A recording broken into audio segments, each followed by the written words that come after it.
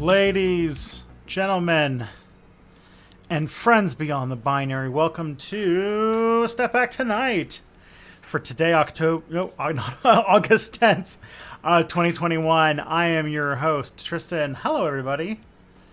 Very close up on my face right now. Hello. I am Tristan. I'm the host of Step Back. I stream on Mondays and Tuesdays. On Mondays from noon till 2 with Mia Mulder. It's called the Monday Discourse. Very fun show. Everyone's very excited about it. On Tuesday nights, I do Step Back Tonight, which is where I hang out with you guys. We look at some news stories, we answer some questions, and then I kind of chat with the audience to round out the rest of the evening. It's a very fun time. It goes from 7 till 9. So you're watching that right now. So you're probably slightly aware that that's what this is. And my glasses will not get clean, so I have to go and get glasses cleaner, or else it's going to bother me all goddamn night. Probably should have done this before I started streaming.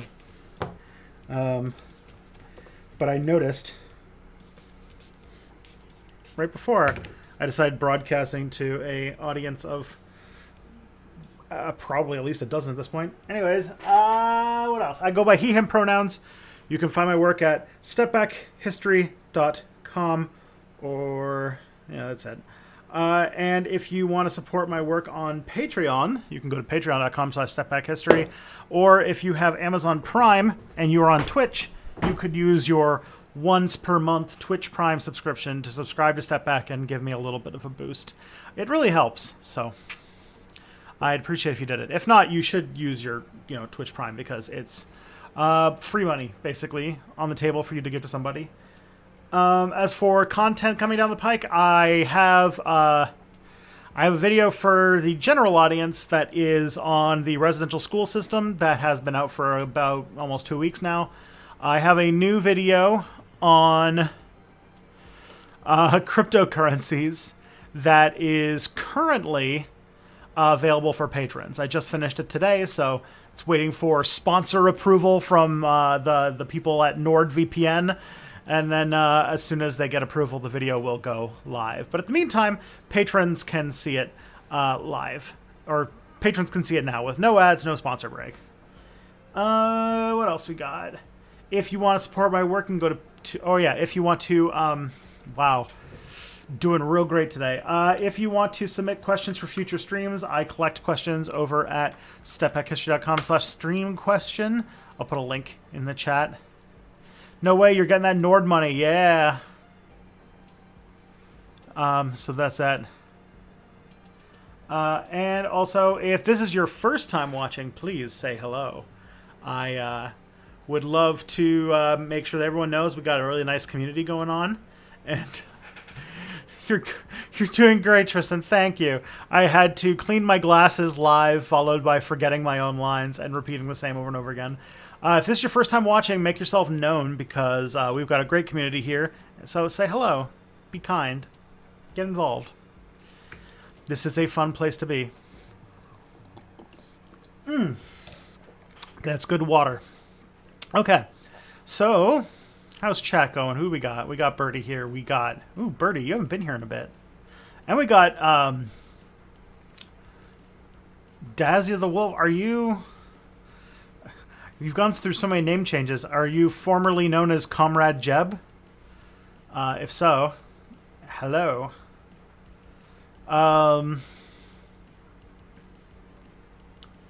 Good Morty, Ride Will, Leia Bossarge, 255, Little Fire Tree, and the Sci-Fi Anarchist. That's I gotta say, pretty sweet name. If I had started a YouTube channel at some point that was didn't start as a history explainer channel, the Sci-Fi Anarchist would have been a pretty good one. Oh well. You have claimed it first. Alright, so tonight we've got, first we got a wonderful little, some stories, going into some stuff that I've been talking about, some stuff that's been going on in the, internet zeitgeist, so, we can get into a little bit of it. The first one we're going to do, though, is talk about what I think was the #1 thing that people probably want me to talk about today, which is that the IPCC, the International Panel on Climate Change, I think that's what it's named, Intergovernmental Panel on Climate Change, something like that. It's a big climate change report that comes out every year or two, and the new one came out this year, and it is, things are rough. But there is some room for optimism. I don't know. I decided to actually take this to... I decided to, instead of like reading an article or something like that, I found one of my friends is a journalist. One of my friends is a journalist, and she specifically covers climate change. She used to work for Motherboard, or not Motherboard, The Verge, and she now is kind of a reporter on climate change. And she made a video explaining the IPCC, so we're going to watch her video. Her name's Miriam Nielsen, and she runs a channel called Zenturo. A very good channel, very undersubscribed. Way too good a channel for how many subscribers she's got. So let's get some subscriptions going. Hi. So let's get a... I guess we can pause the music, too. And let's get the YouTube going. Yeah. All right, let's do this. So we've got a massive new climate report, hot off the presses. If you're bracing yourself for some catastrophic news... Can I get a link to our channel? Sure. Yeah. Copy link address. There you go.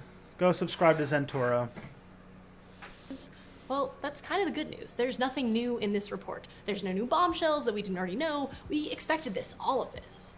We're seeing the effects of climate change already, and this report just confirms what our research and experience has told us is happening. What we've got is several thousand pages of research compiled by hundreds of scientists that tells us exactly what the Earth's climate looks like right now, and what the future might hold. And well, it isn't really an optimistic read, but it does represent an... Is this the Lady Sargon got Crash Course to Fire? Yes. For doing what would have been the best Crash Course series, Crash Course Human Geography. Yeah, it's the same person.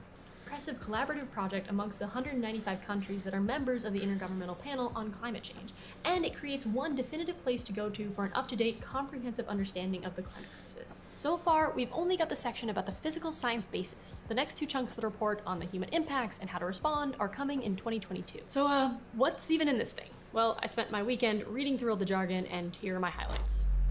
For starters, the IPCC is using definitive language. In the summary for policymakers, the shorter, easier to read summary of the report, which importantly is approved line by line by the 195 governments in that intergovernmental part of their moniker, uses words like unequivocal a bunch. As in, it is unequivocal that human influence has warmed the atmosphere, ocean, and land. Or observed increases in well-mixed greenhouse gas concentrations are unequivocally caused by human activities. This is a big deal because normally the IPCC sticks to more cautious language like medium or high confidence, which is still their primary way of expressing uncertainty, but where the science is definitive, they're letting it be definitive. Climate change is human caused and is having a tremendous impact. This obviously isn't new information, but it does mean that governments from the United States to Russia to Micronesia to Libya have all signed off on an agreed set of facts relating to the climate crisis, who caused it and how bad it is. Interesting. Yeah, so this is progress. Looking at the language, I'm curious. I have to ask Miriam about this. But is this like looking for any sign of positivity, or is this like a really important corner?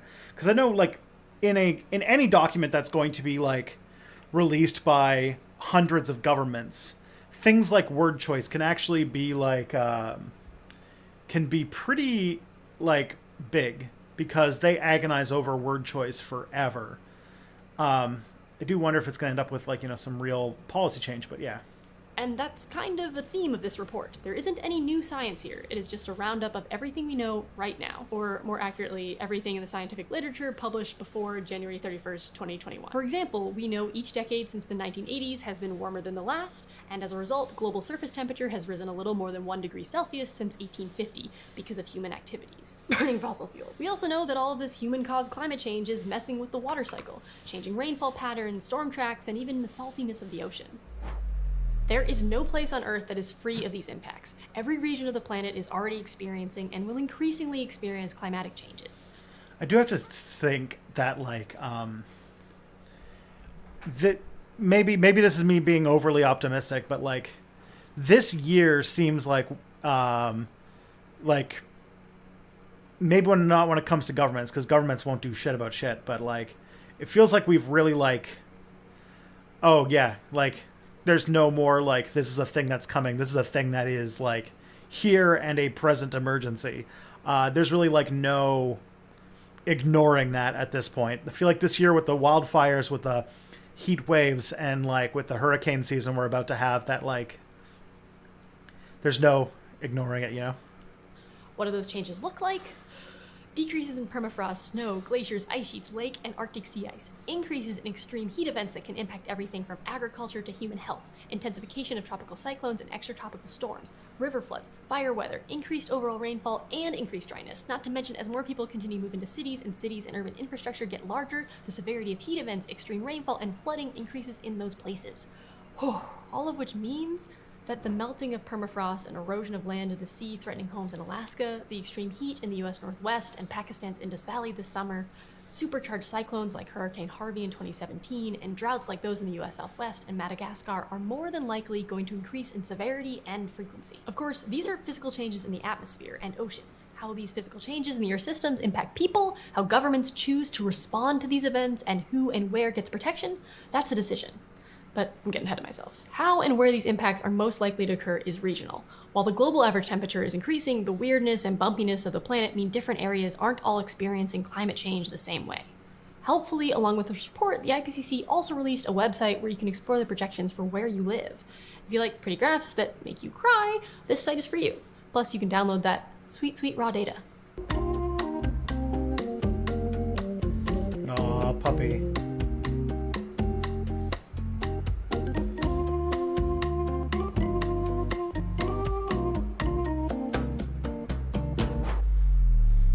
Probably Probably the scariest sentence in the summary for policymakers to me is, if global warming increases, some compound extreme events with low likelihood in past and current climate will become more frequent, and there will be a higher likelihood that events with increased intensities, durations, and/or spatial extents unprecedented in the observational record will occur. Now, perhaps that word salad does not inspire deep fear in your soul, but breaking things down a bit. So, a compound extreme is the jargony way of making the nightmare scenario of two or more hazards happening at the same time or one after another not sound horrifying. So, for example, a heat wave happening in a region already dealing with a drought, or a wildfire followed by a massive storm, or a wicked cold snap right after a flood. By definition, these extremes are extreme. They're rare. So, what they're basically saying here is these dangerous rare events, well, they're not going to be so rare anymore. And while one extreme event can already stress many places' emergency management systems, resources, and response, adding another one on top of that can be devastating. It's a bit of a 1 + 1 = way more than 2 in terms of how we're able to prepare and respond.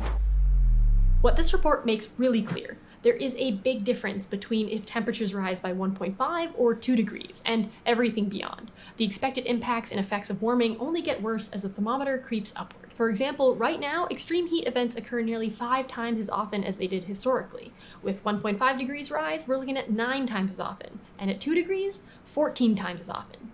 This is the same story for fire weather to droughts to heavy rainstorms and flooding.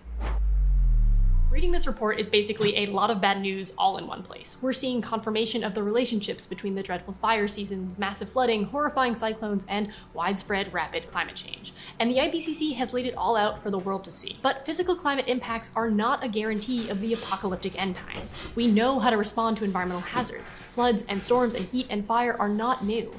They're coming more often, and they're supercharged, and they're intense. But over the last 100 or so thousand years that people have been roaming around on this rock, we've developed the skills and tools and expertise to protect one another. We also know what we need to do to reduce emissions. While this report outlines that there is only an inside chance in the future scenarios that keep the globe below 1.5 degrees by the end of the century, it is still possible. We just need the changes right now. Not in 10 or 5 years, but right now. Every fraction of a degree of warming avoided, every push for cleaner air and water will reduce the number of people and places impacted. If you've heard the alarm the IPC has sounded and activists have been ringing for decades, I encourage you to get involved. This report has nothing in it about solutions. The impacts and vulnerability and mitigation and adaptation reports aren't coming out until 2022. This report and the news around it are a lot. It is hard to hear and read about these objectively disastrous scenarios, but we've got a set of facts, we've got piles of data, and we have the knowledge to deal with this mess. And one of those tools can be this report. I encourage you to send the summary for policymakers to your government representative. Chances are you live in one of the 195 countries that signed off on it. Let your rep know and ask, what are they going to do with this information in your community? You can also hop on over to the Atlas and take a look at what the current and future climate impacts will look like in your region. Do the models suggest future drought? Take that information to your community board, town halls, or governors, or join a local environmental organization and explore the data together. How can you use the knowledge in this report to start building solutions where you live? And if the news around this report is feeling really overwhelming, I've left a few links about dealing with climate despair downstairs too. Thanks for watching. So yeah, that is a very good video. Very big fan of Miriam's work. Anytime I have questions about climate change, she's the only person that I will go to. Just because she's not only is she like a trained reporter, so she knows about fact checking, she knows how to do her research, but as well, she has the Rolodex of somebody who's worked for a major publication for a while. But also, she has. Now I haven't talked to her since probably sometime in 2019. But from what I do know from our conversations, she does at least have a master's degree in climate change related geography subject, and I don't know. The last we talked, she was mulling a PhD, deciding about whether or not to do that. I imagine that she's probably come to a decision at some point soon. So probably have to talk to her again. But I knew that when I was going to cover the IPCC that I needed to talk to her. So I saw some other stuff while talking about this too, which is that there's this kind of talk that the door is closed and that we're already doomed. And there's two ways to talk about that. One, we are kind of already locked into some extreme weather events and some degree of warming. We are pretty much locked into at least a degree of warming for now, which is going to come with all of its own, issues and problems. But there is, if we do turn things around, and the sooner the better, if we can get to, like, we have some happy things, which is that if we can get to a net carbon neutral society by 2031, we will be able to avoid these sort of like runaway effects that would come with the melting of the permafrost and methane issues. The other thing that came up was that if we are to if we do manage to get things like if we can slow things down as fast as possible, if we are able to get to a net carbon neutral situation soon enough, then we actually will be able to stop heating, and there might actually be a little bit of cooling. So there is some really good stuff in there. It's basically the thing about the IPCC report is that it's very grave, but it's also not a lot of stuff that we don't already know. So there is like good news in the sense that it's lacking in surprises, in like really like, you know, like finding out that things are way worse than we expected. It's pretty much what we expected, which makes me think that we have a pretty good idea of where we are at the moment, instead of like, you know, underestimating how much damage is going to be. So turning things around is going to be difficult, but I think it is doable. Do I imagine that happening? Possibly. If this is the way they're talking, and combined with like, the problem is that I think that this is something that we might be able to do, but it's going to be tough, and also it's going to be because of reasons that are not going to make me happy. We're not going to realize the error of our ways and try to, you know, reconfigure our economy to work better. What's going to happen is the thing that was always going to be the thing that, if we dealt with climate change, was going to be it, and it's not going to make things better for the, you know, workers of the world. It's going to be kind of what in a oilprice.com article that I read that sort of was like a talk about speculators in the oil market, which is that people who are involved in the oil energy industry have already kind of concluded that peak oil demand was probably in 2019, and that we're probably going to start seeing the oil consumption rates start to decrease over time. Oil's already getting cheaper, but people aren't buying more oil. This is because of several factors, but the bigger ones are that the European Union, the United Kingdom, both passed laws in 2020 that essentially make it so that no new cars can be fully gasoline cars anymore. They have to be at least hybrids. There is some very promising technology in the changing in aviation methods. There's probably a lot of energy, like loss of energy, you know, stuff with the fact that if we can get more workers working from home, because the fewer people who are working in office buildings, that's like, you know, the less stuff. And also there is the big number that is going to always be at the root of all of it, which is that we are hitting a sort of price point. Oil demand might be down, but 2020 lockdown outlier. Yes, the article was about looking at the reason why they said the peak oil was in 2019 is not because of COVID, but because of laws that were passed in 2020 and the anticipation that probably a return to the levels of oil consumption that were happening before 2019 or 2019 and before after the pandemic are likely low. That's sort of that's the main thing. But the thing that's really changed, the big things that are changing is that the European Union is taking a lot of leadership when it comes to changing standards for cars, which means that if you want to sell cars in Europe, you're going to have hybrids, which means that basically a lot of the, you know, purchasing power behind new cars has shifted drastically towards at least hybrid model cars, and EV cars are not like that far away.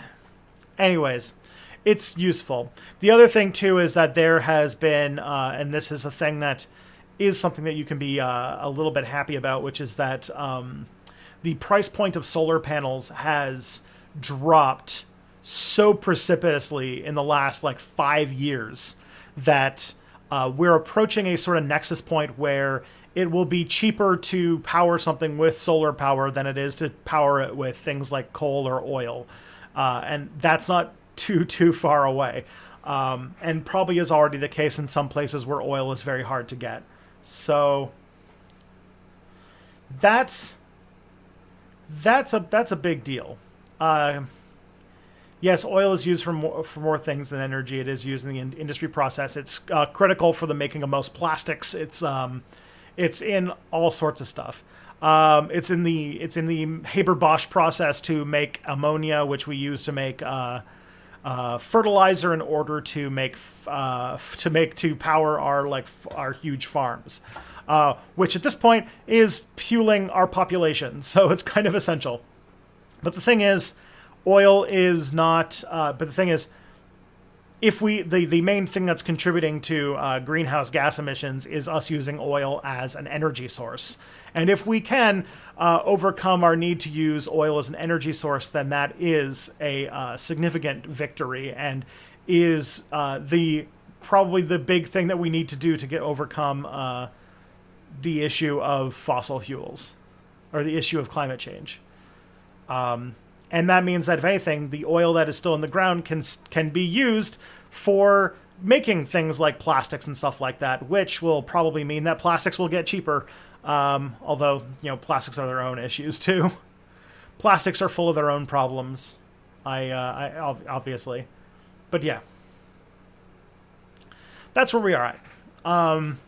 It's still like there is definitely a lot of work to do, but it does seem, despite a lot of things, it does seem that we might be able to. The ship might steer away from the absolute worst of things if we, if they really get to work soon. Which this IPCC report kind of indicates that some countries are ready to do that now.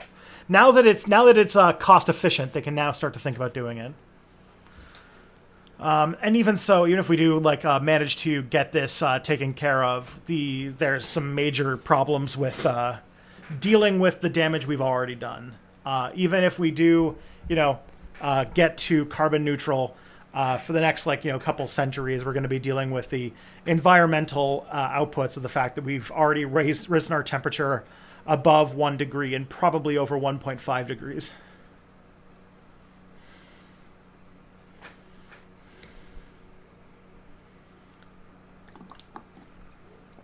Wonder how the process of plant-based compostable plastics making compares to petrol-based ones. I feel the process. Yeah, it could be that we find new, without cheap oil. Maybe we'll find a way to, make plastics in a more sustainable fashion. Tell me, anti-vax people are not taking horse medicine. You're reading ahead. Will it get possible to encourage governments to do a Green New Deal type programs once it becomes cost effective? Here's the thing. I don't think so, because neoliberalism. And I feel like climate change is a more pressing matter than dealing with neoliberalism. What's going to happen is that it's going to become more profitable for corporations to use non-fossil fuels than fossil fuels. And we're not going to learn any important lesson from this catastrophe. Which means that we'll just start accelerating towards whatever the next catastrophe is. Yeah. Okay, so the next story we got here is pharmacists fight off COVID truthers demanding a horse medicine instead of the jab. It's a Daily Beast article. Let's take a look at this. This was a story that came up in my Google News, and it is wild. Move aside hydroxychloroquine. We've got a new goofy medicine that's going to start killing people. Let's do this. Gross. Go away.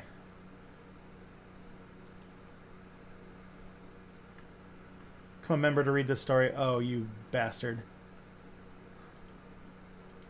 1 second. I gotta go to Pocket.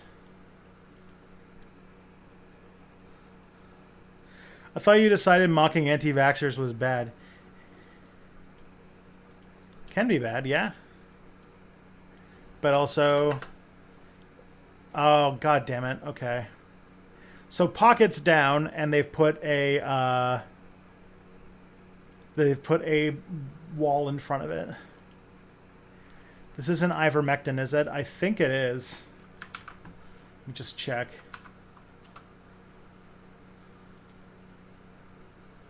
So... see if we can get an article that won't give us a fucking, you know. All right, farm supply stores are running short on a horse dewormer / pseudoscience COVID cure. Here we go.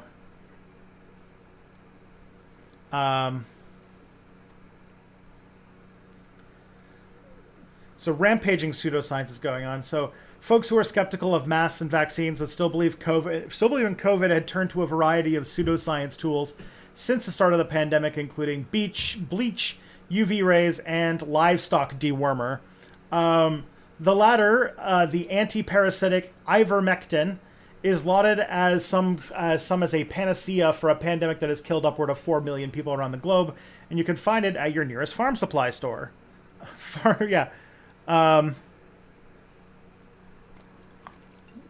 Virus is the same as parasites, right? Yeah. So let's see.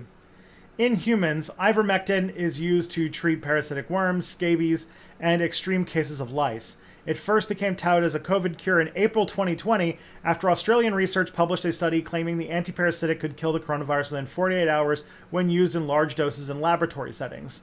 Pharma giant and ivermectin manufacturer Merck later warned that the studies promoting ivermectin as a cure for COVID had a concerning lack of safety data. Now the Delta variant is causing COVID rates in the U.S. to rise astronomically yet again. More people are again looking to use the drug as a cure, but the evidence often cited by its proponents comes from questionable studies. One of the largest studies in support of the drug as a COVID treatment was recently withdrawn over ethical concerns, and a review of other studies from the medical research organization Cochrane concluded against the use of ivermectin. So this is always how it is. There's like some preliminary research that's done for some strange reason, usually has major methodological problems. And then people don't understand that you have to, wait on these kinds of things. You can't just like go with the first study, but like so much of like pseudoscience and like, so much of like pseudoscience and this kind of like bad like alternative medicine shit always seems to come from like half understanding a study. Half understanding some preliminary study.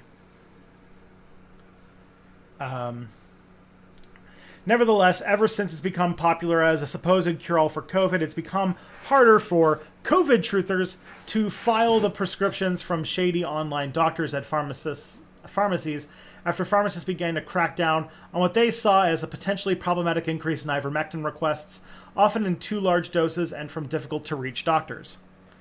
So people have been turning to the animal versions available at farm stores instead. A paste for horses, a drench for sheep, and injectables for pigs and cows. Facebook groups and Telegram chats have also popped up filled with people giving questionable advice on dosage, side effects, and the best practices for the antiparasitic. On an Amazon comments section for an apple-flavored horse paste, one commenter spewed false equivalencies about viruses and parasites before writing, "Flavor is bearable, but then I am not a horse." Oh my god. I can't believe this is where we are. Why did they do this as a study to begin with? I don't know. Sometimes, like, people will do stuff like, if they are at a lab where they just have a lot of stuff, like, and there was a lot of money for, like, there's so many, like, reasons you could do something in science. Like, for example, if there was a lot of COVID grant money floating around and you had a lot of a certain drug at your lab that you were like, like a lot of people were, studying certain types of medications and their applications for different diseases. So if you were like an ivermectin lab and you realized there was a lot of money on the table, if you could do studies to see if you could find a cure for COVID, then you might make the argument, you might make a pitch to say, hey, we're going to see if this thing cures COVID, and you might get some money to do research. And they could do like a preliminary study to try and make that case. And that's probably what they try to do. That's my guess. He's right about not being a horse. Or is he?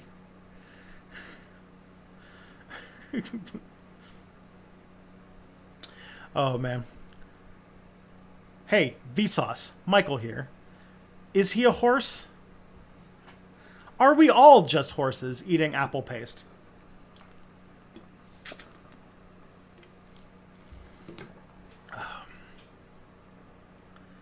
All right. Let's see where we are. So people have been turning to Facebook groups. Yeah, we already did this.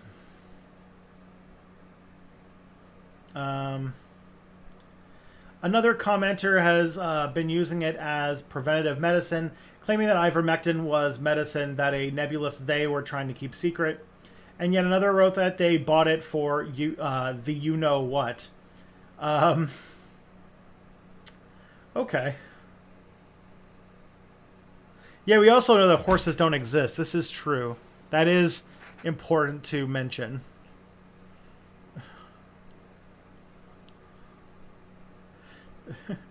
It's going to turn them into horses like sorry to bother you. Oh my god. This is all despite the fact that animal ivermectin is not safe for humans at all. In fact, there have been increases in calls to poison control centers from people who overdose on the animal drug, which can be deadly if used improperly. This is fucking hydroxychloroquine all over again, where they use some sort of offshoot of hydroxychloroquine that's used as like a fish tank cleaner, and you had people dying because they were ingesting fish tank cleaner. God damn. The FDA and the World Health Organization have explicit guidelines against the use of this drug for COVID purposes. While there are approved uses of ivermectin for people and animals, it is not approved for the prevention or treatment of COVID-19. The FDA wrote a blog post answering frequently asked ivermectin questions. People should never take animal drugs as the FDA has only evaluated their safety and effectiveness in the particular species for which they are labeled. Using these products in humans can cause serious harm. For the farm stores that carry non-prescription ivermectin for use in livestock, pets, and other animals, the surge in demand of the animal dewormer for human use has caused problems. The product has been flying off the shelves in stores across the country. God damn it. If we're going to be in a situation where, like, our stores are going to have to keep, like, horse dewormer and, like, bleach behind, like, locked, like in, like, those, like, locked cabinets because they don't want weirdos stealing them, thinking that they're cures for different diseases. This is very common. I did some research on other plagues in history, and this exact same shit happens in like every major pandemic or epidemic. Reject vaccine, become horse. Oh god. I think Garrett's got the right answer. Scared people do weird stuff. This is very true. Horses are just part of that MSM propaganda to make us believe cowboys are real. Oh no. Horses are agents of the bourgeoisie. Oh, God. Okay. Some farm supply stores, like the Tractor Supply Company chain, have had to resort to disclaimers to curb the purchase of ivermectin for COVID in their stores.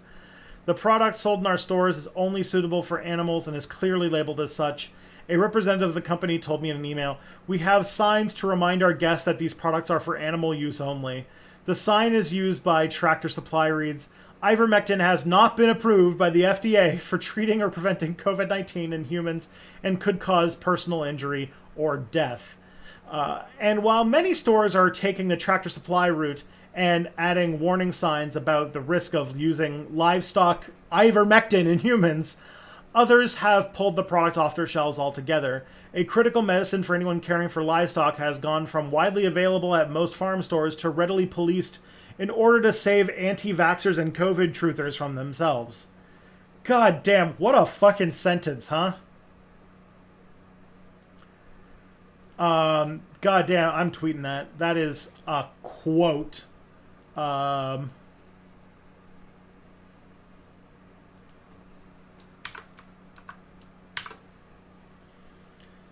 right. For Patricia Candler, an animal rehabber who works with rescued squirrels, groundhogs, mice, and possums, and uses ivermectin to protect them, it's a nightmare. She said that all of her local farm supply stores in Northeast Maryland pulled ivermectin from their shelves about 6 months ago, forcing her to adjust how she purchases the products for her animals. We use it for mange, mainly in squirrels, but we also use it when wildlife come in with maggots, which is critical for taking care of right away. The hardship comes when you get an animal in with maggots and you run to your farm supply store and don't have ivermectin on the shelves anymore because of all of this. Then you have to resort to other methods, but it takes anywhere from 3 to 5 days when ordered online to actually get it, and in certain circumstances puts that animal in jeopardy more so than it already was. Goddamn, poor animals. Yeah, it also caused shortages of hydroxychloroquine, which is a lupus medication. Which is a serious autoimmune disorder that if they don't have regular doses of hydroxychloroquine, they can die.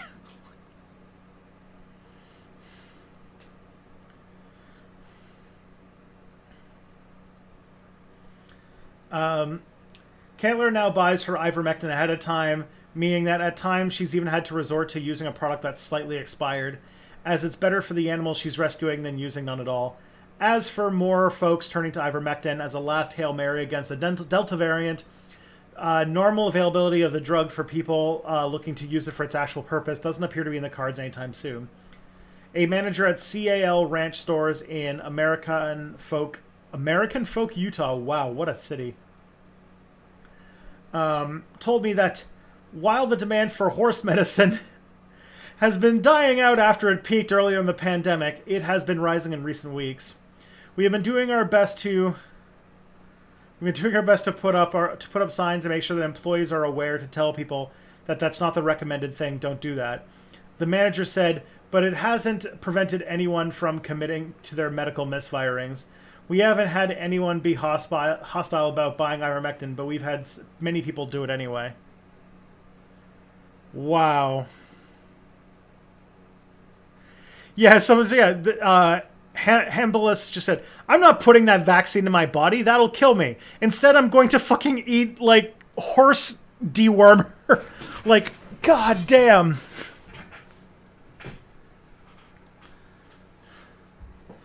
Yeah, why can't people take the horse medication ketamine like a normal person? Exactly. God damn, this is a wild story.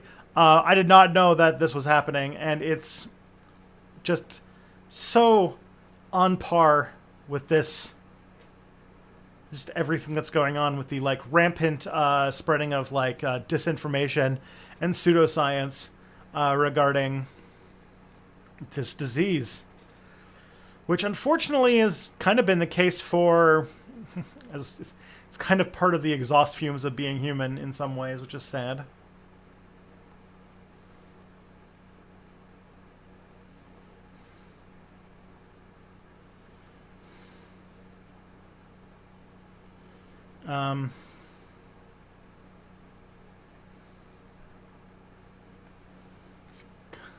New contributor for RT, Nico House, was pushing ivermectin. God damn it.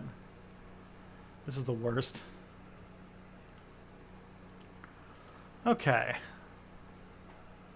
So that's fun. Okay, let's see this article. This is the website I was telling you about, oilprice.com, which is, so we know that we're going to be getting like a different position than the one we have. This is not like a, the Daily, or what did we read? What was this website? Slate.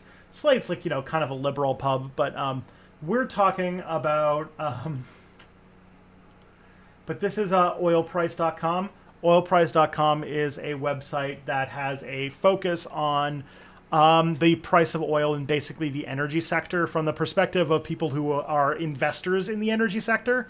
So it's usually about articles about the state of the energy economy and about like where people should put their money in the future. This is where I told you, this is the people who published the article about how they believe that like several major oil price speculation firms have kind of come to the conclusion that that it's probably likely that 2019 was the peak oil year. Jimmy Dore's been pushing ivermectin. God damn it! Is that true? Is that true? That feels like that's too silly to be true, right?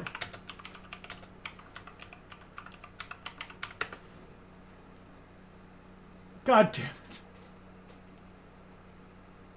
It's a Reddit post. Jimmy Dore and Joe Rogan. Can we talk about ivermectin? No. No. I don't want to watch Jimmy Dore. I don't want to watch Joe Rogan either. Gross. Ugh. Wow. Could Jimmy Dore's a COVID truther now. You know what? Honestly, there was this Bernie Sanders subreddit. I can't remember the name of it anymore. That I was signed up on a long time ago. And then I randomly went on Reddit and started finding like anti-vaccine posts and like Jimmy Dore shit. And so it seems like there's this like mix of like, there is this like Jimmy Dore like people who don't really want to do left-wing politics. They just want to get mad on the internet about left-wing politics. Starting to get into vaccine hesitancy and pseudoscience. So that's fun.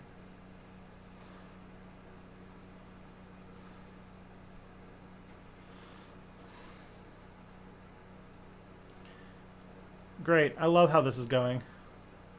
Jimmy Dore and Joe Rogan sounds like a nightmare. It does.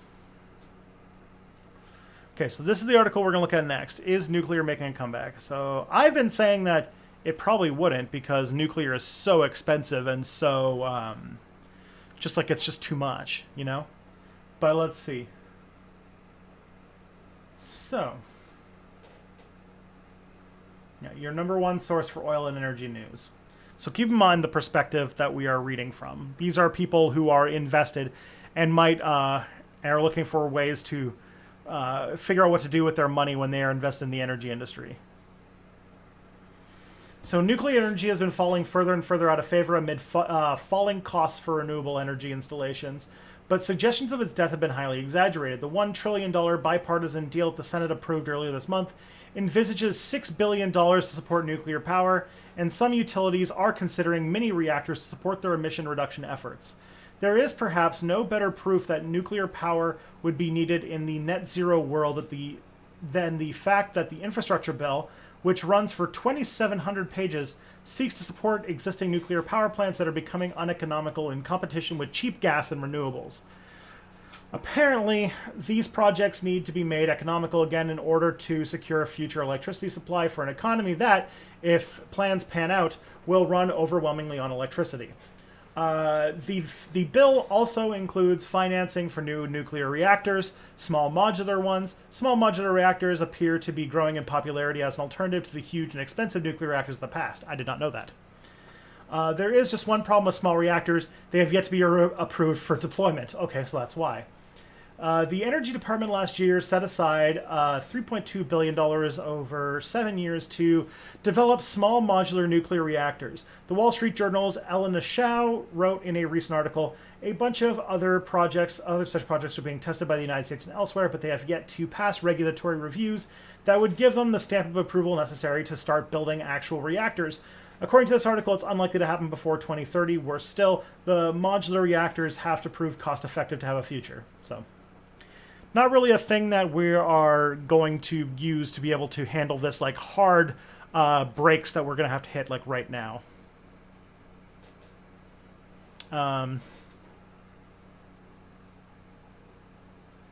We talking about thorium. I don't think this is about thorium. They haven't mentioned thorium. This is just the idea of making small nuclear reactors. But yeah, the thing is like wind and solar just keep getting cheaper and cheaper, and batteries are getting cheaper and cheaper.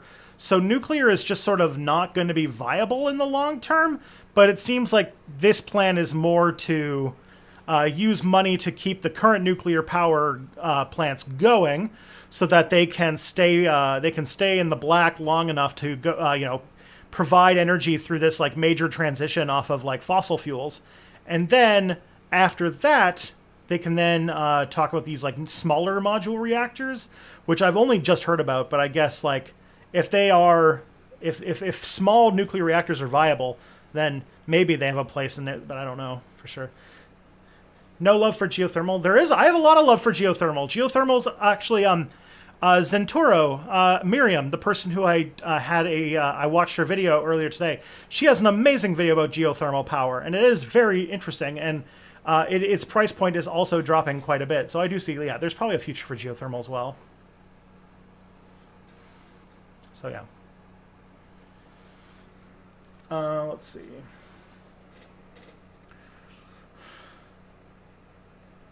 let's see.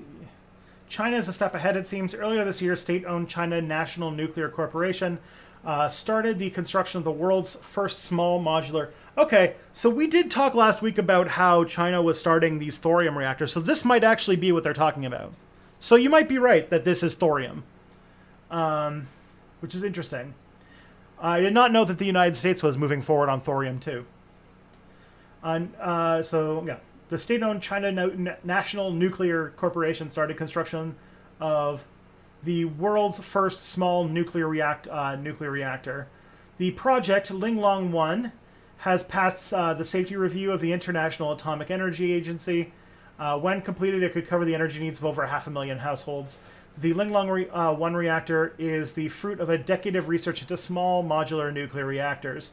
Advanced SMRs offer many advantages, such as relatively small physical footprints, reduced capital investment, ability to be sited in locations not possible for large nuclear power plants, and provisions for incremental power additions.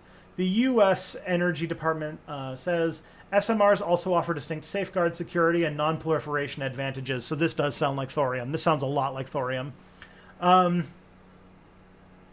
They also appear to complement wind and solar installations. In fact, they might prove to be necessary if the net zero scenario is to play out. Comprehensive decarbonization by 2050 is a gargantuan undertaking and will require the full range of low carbon energy sources, says Henri Pallier, head of the IAEA Planning and Economic Solutions section, said earlier this year at an industry event. We will need massive amounts of low-carbon electricity, heat, and hydrogen, and nuclear power can contribute to producing all that is provided here with clear policy support. Yeah, that's another one, too. First of all, there's two other technologies that are getting really cheap and really efficient to the point where they might be viable additions to the sort of mix of electricity sources we have in the future, which is there's this sort of like substance that's used mostly in like spacecraft that converts heat into electricity, which when that apparently there's a big milestone towards that getting cheaper, so that could be a very interesting future source of energy. And the other is that hydrogen fuel cell technology is getting really cheap, really fast. There's apparently a very major breakthrough in what's the electrolysis process, which is used to convert water into oxygen and hydrogen, which is needed for fuel cells. Apparently there's a much more efficient process for doing that was recently sort of made a lot cheaper, so we'll see where it goes. Yeah. Are you jumping into the future now? I think 2040 fusion power will be what you talk about when you are older, remembering the 2020s. Maybe. We'll see. Fusion power is... there's a few fusion power plants. There's one being started in China, and there's one being started in the UK.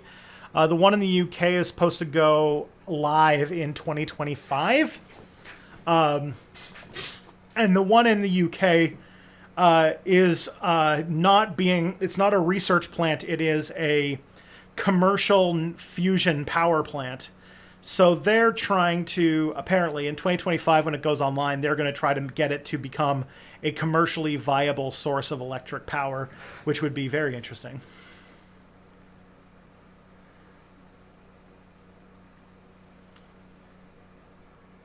Lattice confinement fusion, interesting. I'm going to look that up.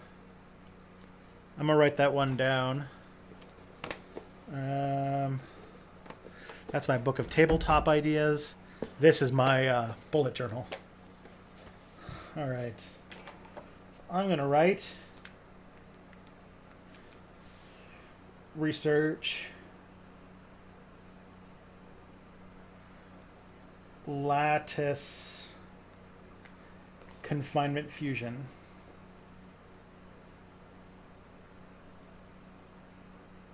Nice. All right. That's pretty cool.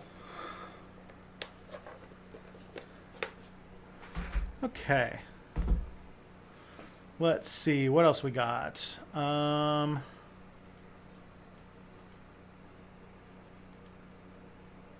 I should turn the music back on. All right.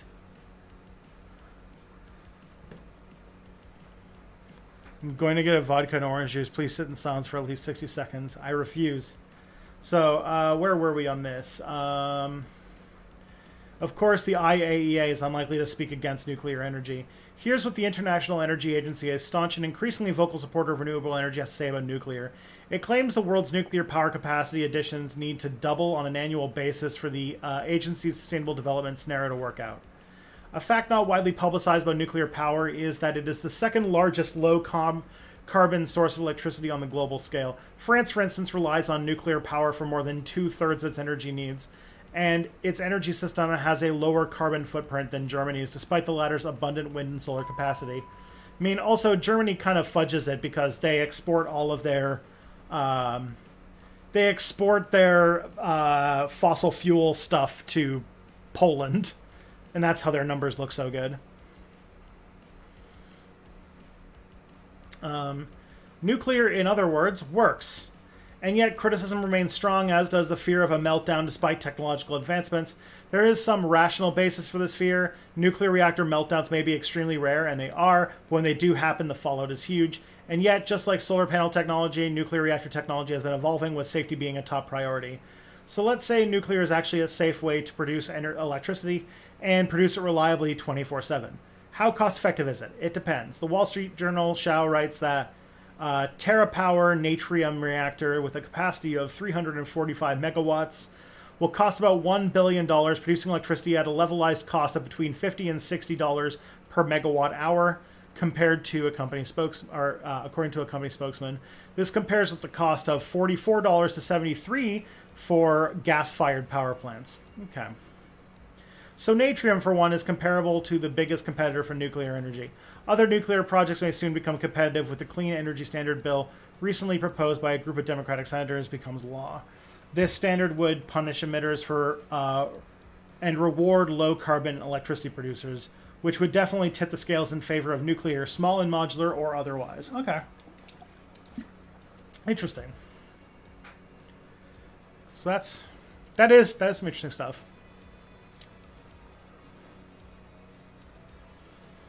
So this is Irina Slav, who is a writer for the energy industry. This is nobody who has this is no great person who cares about the climate or the environment. This is somebody who is like a business reporter for the energy industry. And so talking that much about nuclear, I mean, I know that like the second you talk about any criticism of nuclear power, you get like 20 people in the chat who say that not only like is nuclear good, but if you should get on your knees and praise the unrelentingly good power of nuclear, and that we should basically just focus on that and nothing else. And it's like, well, nuclear might have a future. It does seem so. So that sounds interesting. I could get on board with nuclear power being part of our energy supply. No problem to me. I just think that the dropping prices of renewables might outcompete it, honestly. And given the significant investment in the amount of the nuclear power that we have right now isn't really competitive. And all of the new stuff coming down the pike are going to be in regulatory hell for a decade plus, and we don't really have a decade to wait for all of these new technologies to become approved by safety concerns and put online. So really our option is to focus on the things that we have in front of us that already work. And solar panels and wind power and geothermal power are well established, dropping drastically in their price point, and stuff that we can build now. So that's sort of a thing. That's the reason I would do it.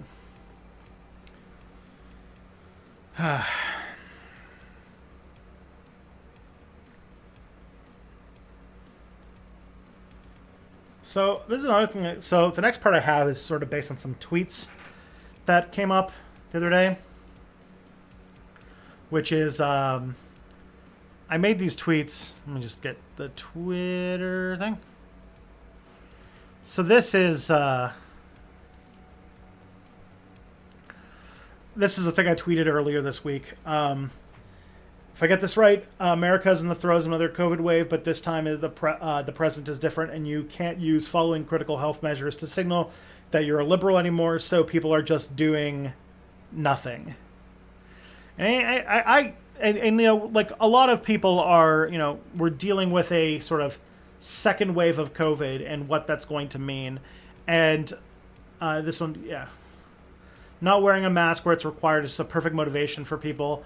They get to play their favorite role of oppressed victim for an act of performative rejection of science and empathy. So, yeah, I was a bit salty in those two cases. I have a lot of complex feelings about this. So we are dealing with a sort of like new wave of COVID, and it's a complex system of analyzing risk. Like, for example, and I don't know if this is good or bad, so let's talk about this part. So first of all, there does seem to be, like, now that the president is different, a lot of people who were like considered like, you know, Democrats, liberals, progressives, or whatever, are also now resisting like things that were traditionally coded with supporting Donald Trump like a year ago. Like now they're kind of slow on doing things like lockdowns and like mask mandates and things like that. Not as much as conservatives, that's for sure. But it does seem like the idea of doing another lockdown, the idea of doing mask mandates again in the U.S., although we haven't, like here, our mask mandate's still in effect. It never left. We've been under a mask mandate since like, you know, April of 2020, but maybe even earlier.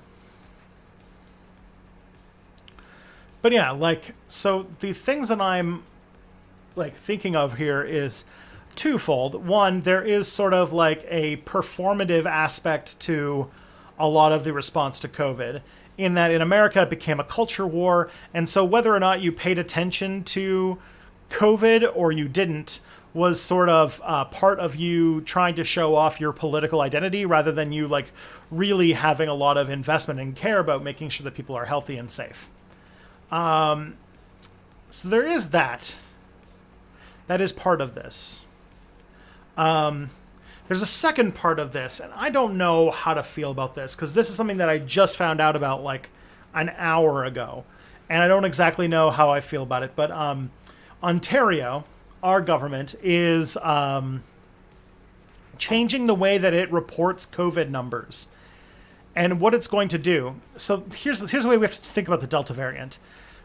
Cases are spreading, yes, in a huge amount. The thing that we have to keep in mind, though, is that there is a difference this time around,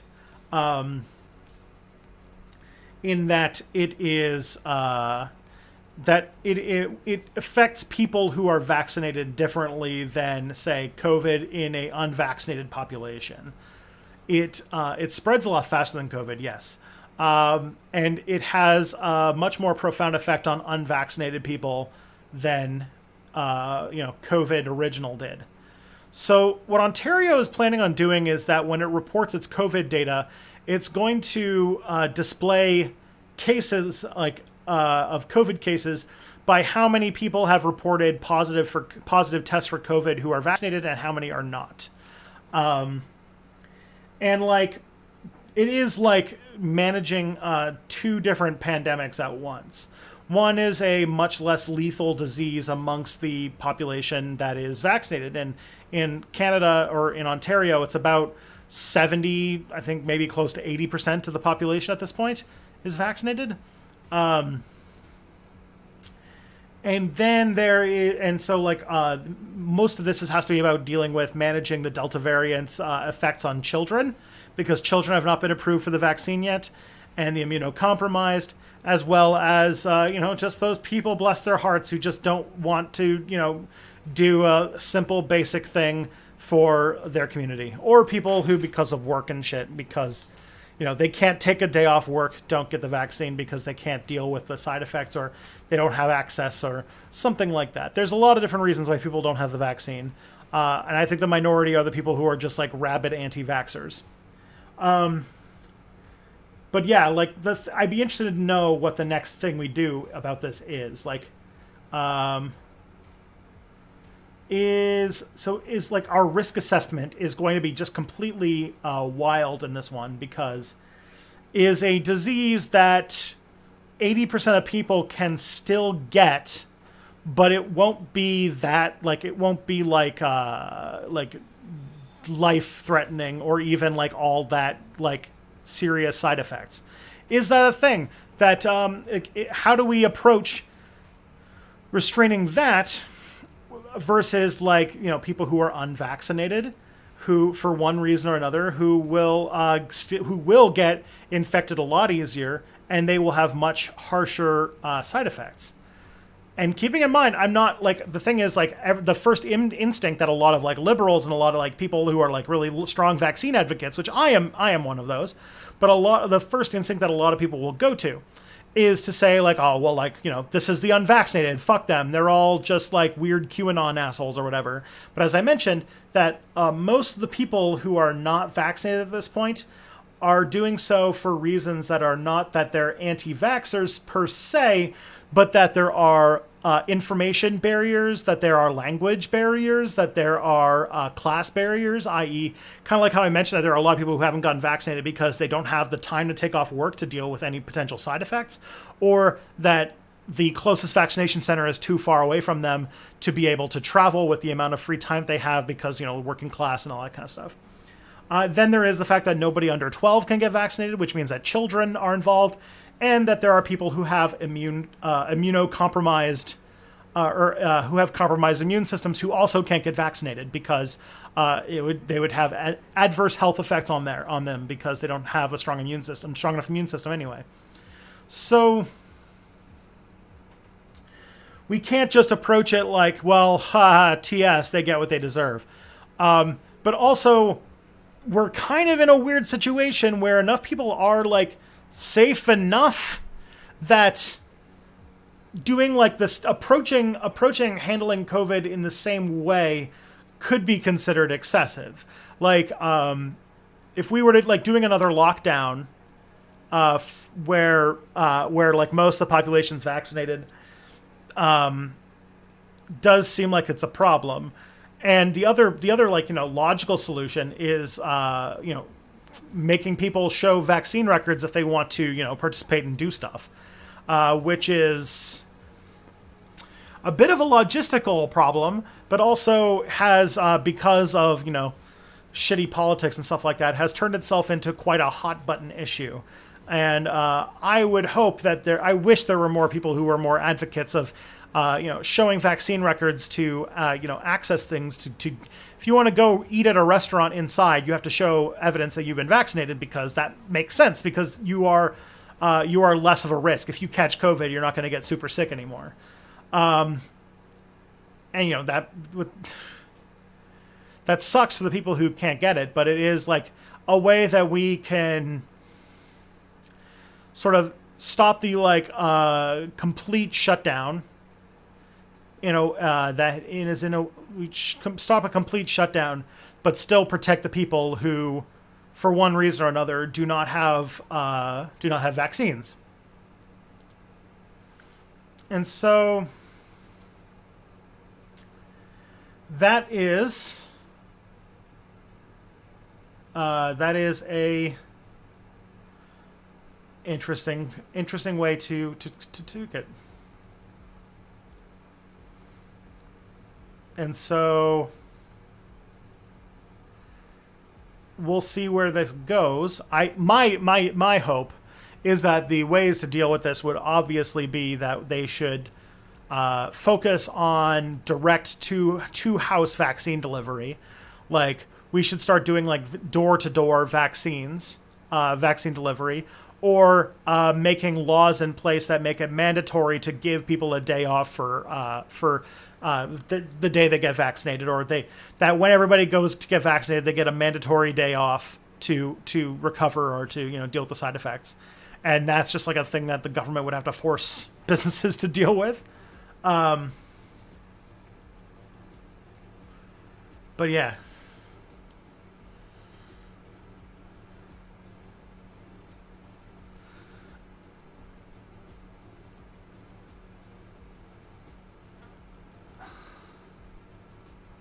So yeah, more like getting vaccines to people individually, and keeping the more high risk activities sort of tied to having a vaccine record. Those are the only things I could see that would be able to handle this situation we're in right now. Because yeah, we do seem to be in a situation where, like, just a kind of like straight up lockdown like before would not be the way to work it. Oh. Nice try, whoever the fuck that is. An ice cream truck that does vaccines. Go for it. Do it up.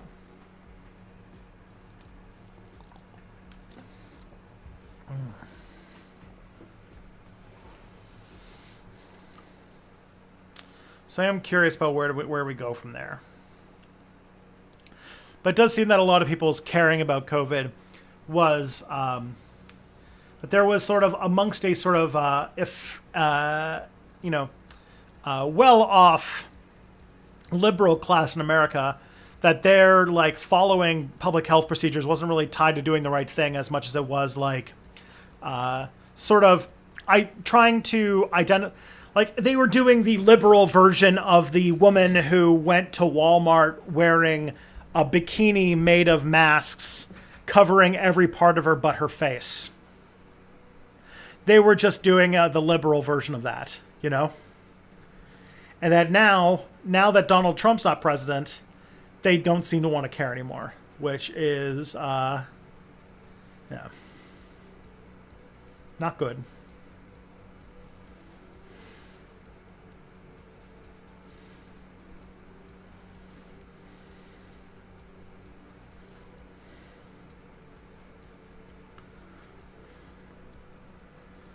Then the other thing that came up is debate bad. So this is another tweet I did, another thing that I thought that I thunkled this week. Belief that debate is going to radicalize people or de-radicalize people in real numbers is an extremely liberal way of looking at the world. Most political worldviews are formed by complex contradictory forces as well as historical inertia.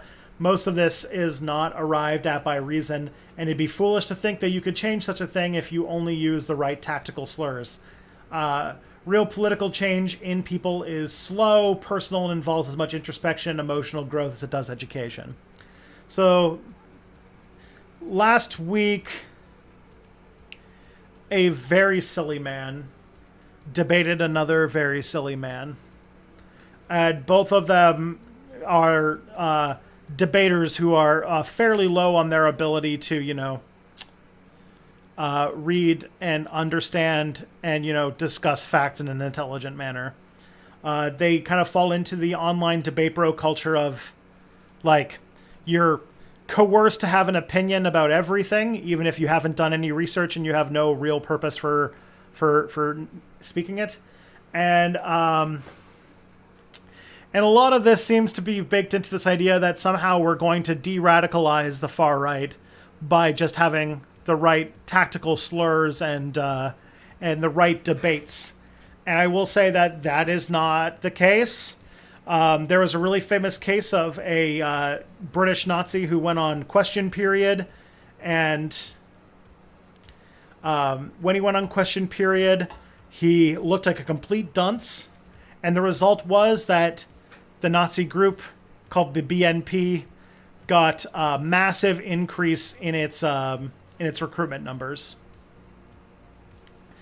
And that this is not the way that you manage dealing with the far right. You don't legitimize them by debate and give them like the attention and stuff like that. And that very much, in a lot of ways, debate has moved away from being, especially debate in online spaces has moved away from being anything that approaches an actual useful political conversation and has just become WWE for weirdos on Twitch.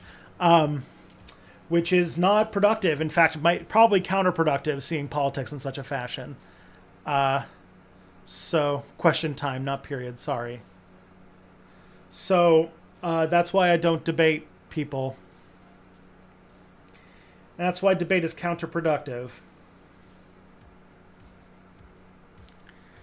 And that you probably, if you don't like have a political Twitch streamer who doesn't say I don't know a whole lot during a stream, they're probably not worth talking to, because there's this push on, if you're a Twitch politics streamer, to talk about, like, to act like you know about every single issue and you can have an opinion on literally every single thing, which is unhealthy and bad. Yeah. And then, yeah, winning doesn't seem to be by having the right arguments or by having the facts on your side. It's about appearing the most calm.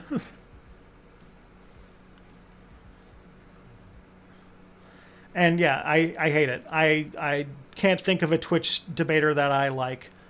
They seem like very disagreeable people, and just don't want to deal with them.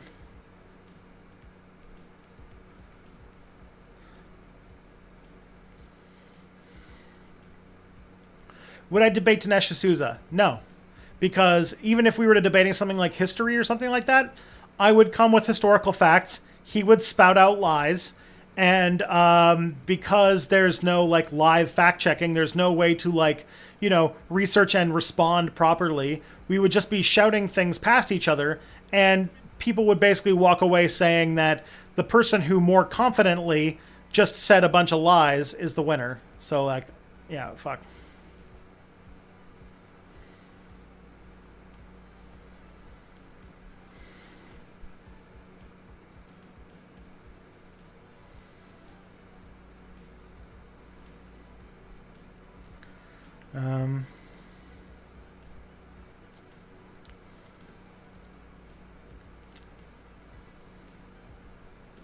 So yeah, that's where we're at.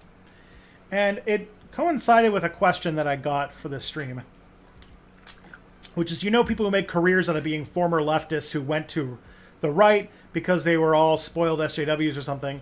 Do you think that there's a significant market for the opposite, former right-wingers seeing the light and turning into leftists? The idea that the left is too judgy to let former right-wingers in, but I can think of at least 5 YouTubers whose brand is, I voted for Trump in 2016 and now I see the error of my ways. And they've been invited on like half of left Twitch channels I follow. So if you ask if there's this, if I think there's a significant market for the opposite, well, obviously there is, because, you know, there are some that are good, like re-education, and there are some that are bad, like Shoe on Head. But yeah, obviously there is a space for that. How many of them are grifters? I don't know, but I do know that like a lot of them. When you look at a lot of the people who are like, I was formerly on the left, but now I'm like a radical right-wing conservative, you talk to them, and a lot of times they're just grifters. That like, you talk to people who knew them beforehand, and they were already pretty right-wing, and this was just a way for them to. This is just part of their origin story to give them some form of credibility, just part of their branding.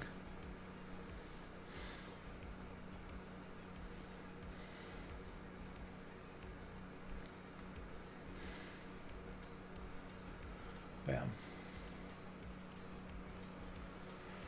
Whew. She was a total faker. I didn't say that she was a faker. I just don't think that she's that. Like, she's an example of what a lot of like people who were like right-wing reactionaries until like 10 seconds ago, unfortunately, are. Which is that just because you have kind of moved away from reactionary right-wing positions does not mean that you have emotionally recovered from being steeped in a movement that's based on spite and hatred. So, like, it takes a long time to stop believing in reactionary stuff cognitively, and that takes a long time to really grow into the sort of, like, empathetic person who has a more, like, accurate way of looking at the world than, like, you know, someone like... that takes time, that takes introspection. It's definitely not something that you should do like on a public platform. But a lot, you know, people got to make money, I guess.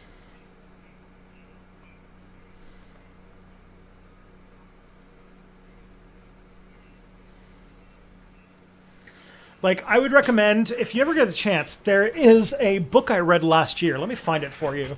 I will look up the name for it. But it does show that, like, getting out of a movement of hatred is not just like, oh, I have been exposed to the right facts now. Therefore, I am no longer racist. So all of my racist feelings are solved.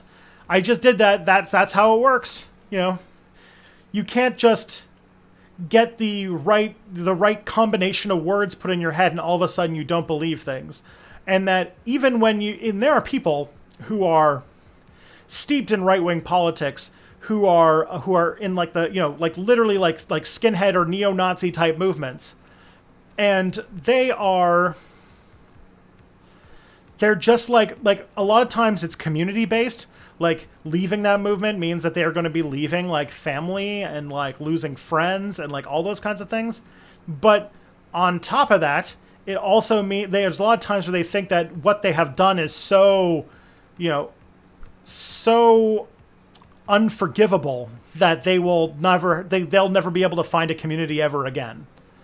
And that's like, and also like even after like if you're raised or if you're like very involved in a politics of hatred and a politics of like spite and anger and brutality, like it's going to take you a long time to not approach the world through racist conspiracy theories and seeing things that way. It's a lot harder than just like beep boop, I'm a computer that gets out of that, just like read the right books now or whatever, and now I'm solved. That's not. So if you're interested in like looking at what it is actually like to kind of get yourself actually de-radicalize people, I'd probably say that you should check out this book. It's called Rising Out of Hatred, which is by Eli Saslov. So yeah. Rising Out of Hatred is a book is the first person memoir of a guy who was, by Eli Saslov, who was the son, he still is. He's the son of the founder of InfoWars, or not InfoWars, what's it called? Stormfront. He's the son of the founder of Stormfront and was like a public like neo-Nazi his entire childhood, and even had like a podcast with his dad where they talked about being Nazis. And like if you read that book, you can find out that like the path to, hey, what just happened? Thank you, Frackle, for the subscription. Much appreciated. Thank you. Yeah, so if you read Rising Out of Hatred, you'll know that like it's a long and hard and emotional process that involved him having to alienate himself from his whole family at the end of the day. Another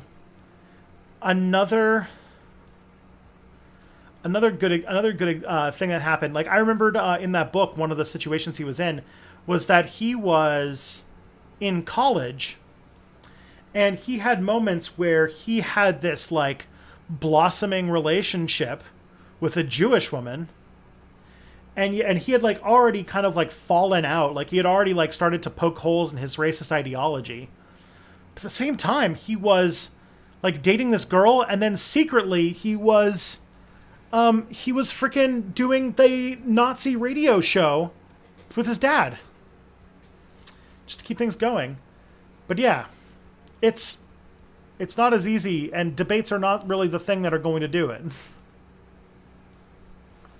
Why does Step Back think that Dinesh D'Souza lies? Because his work is constantly full of lies and extreme distortions. And Dinesh D'Souza is, he's light on outright fabrications. He lies by very selective omissions and by extreme distortions of historical facts. I made a whole 2-part series about his very strong distortion of American history and why he's wrong about most things.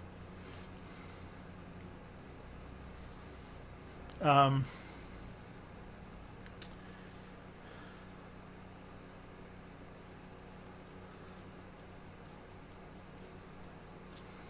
yeah.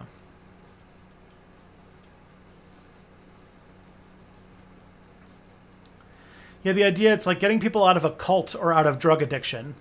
Like, it's a totalizing worldview. It's like a death cult, and you have to get people out of it. How did the girl take it when she found out who she was, or didn't she? I don't remember correctly, but I don't remember 100%, but it's either she left him or he married her, and she was sort of his guide out of the movement. I can't remember which of those two things it was. I believe that she was the person who helped him leave the movement, and I think they're married now. Which is like, that's a nice story. It's a nice way to end it.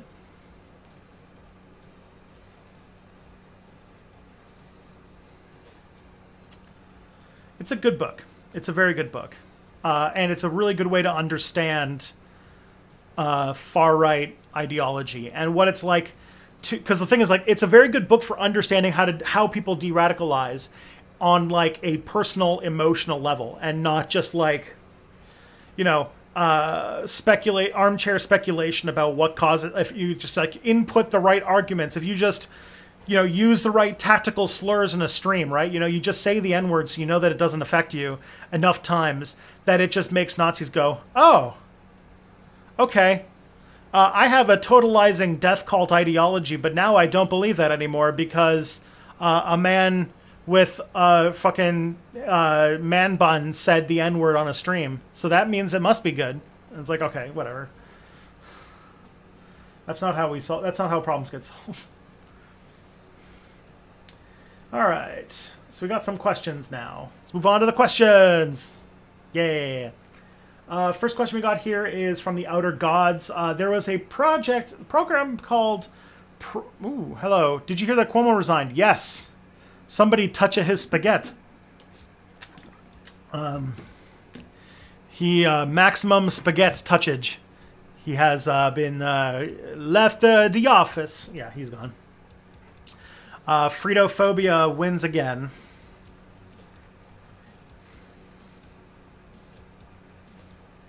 But yeah.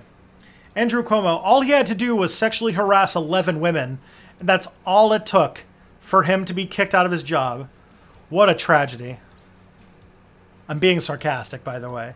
I'm surprised that after killing a shit ton of people in his handling of COVID as the governor of New York, combined with the fact that like 15 women had to come out to show that to say that he sexually harassed them, and on top of that, he still thought that he could ride it out. And it wasn't until the government started investigating it with like actual criminal charges that he actually resigned. And it's like, yeah, I mean, if that was really a concern, Biden wouldn't be in office. Yeah, because Biden's got a much longer track record of sexual harassment than Cuomo does.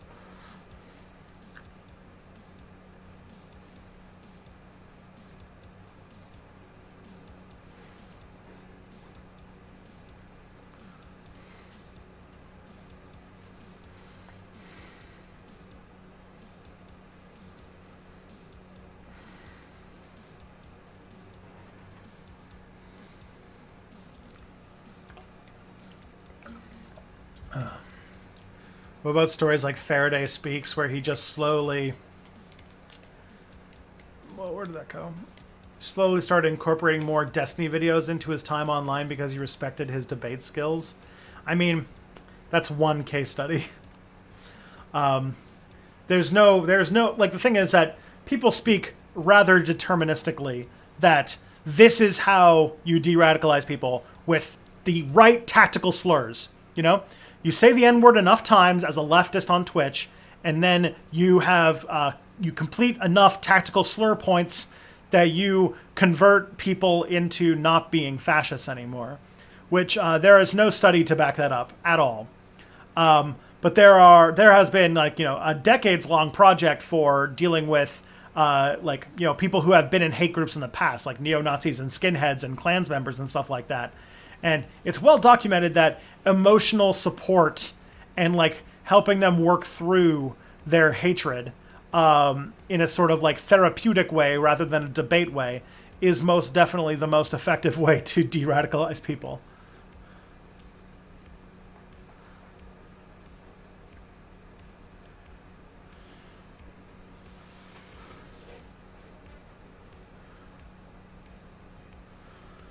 All right, so the first question we got here is, there was a U.S. project called PACER where they thought of detonating a small nuclear fusion bomb underground to heat up rock or salt for energy generation. What do I think about that? I had never heard about this, so let's see what Wikipedia's got to say about it. We're going to go on a little adventure, everybody. What is Project Pacer? Let's see. Los Alamos National Laboratory in the mid-'70s explored the possibility of a fusion power system that would involve exploding small hydrogen bombs, or as stated in a later proposal, fission bombs, inside an underground cavity. As an energy source, the system was the only fusion power system that could be demonstrated to work using existing technology. Would also require a continuous supply of nuclear bombs, and contemporary economic studies demonstrated that these could not be produced at a competitive price compared to conventional energy sources. Well, I mean, that's really that, right? The idea, yeah, like, because the thing about one of the problems with nuclear power is trying to prevent proliferation, you know? Like, the problem with a lot of nuclear power plants, they have to have very heavy security because they can potentially make plutonium that is used to be fissile material for nuclear bombs. So that's a problem. This one would literally need a constant supply of nuclear bombs, which would be a very big problem with for things like preventing nuclear proliferation. So,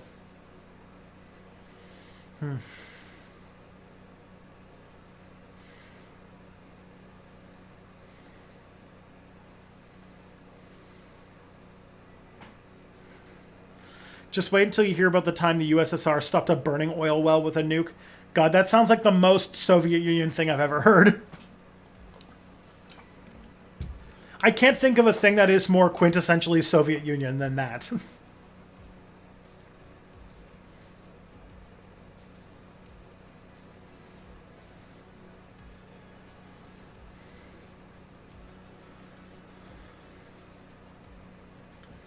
So that's that question. I got half an hour to get the rest of the questions, so we got to do a little bit of a lightning round here. Have you watched the Vsauce video about the case for sortition named The Future of Reason? What's your opinion on sortition? I did watch this video in preparation for the stream, and Jacob from California, I gotta say, not a fan. I mean, okay, sortitionism does have uses. If we ever need a representative system, I think it is the best way to do that. Though I think that in many cases, expanding enfranchisement and democracy and say over people's own material conditions to as many individuals as possible to, you know, take control of their own destiny is better. As an anarchist, you know, I think that it'd be better if we were just making our decisions more localized and at smaller levels for the most part. But if we ever get to a position that if we get into some sort of position where, and this will happen in any sort of anarchist type of organization, because our world is so big and complex that we probably, like, you know, communes that are part of big interlocked and interconnected sort of federations and agreements and contracts is probably going to require decision-making bodies of all sorts of levels from different communes and you know, organizations and, you know, like groups of communes or whatever it is that you end up putting together.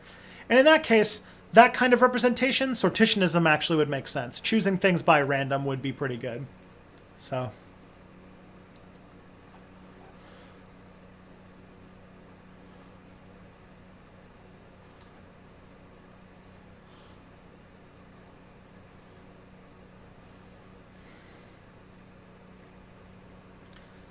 All right.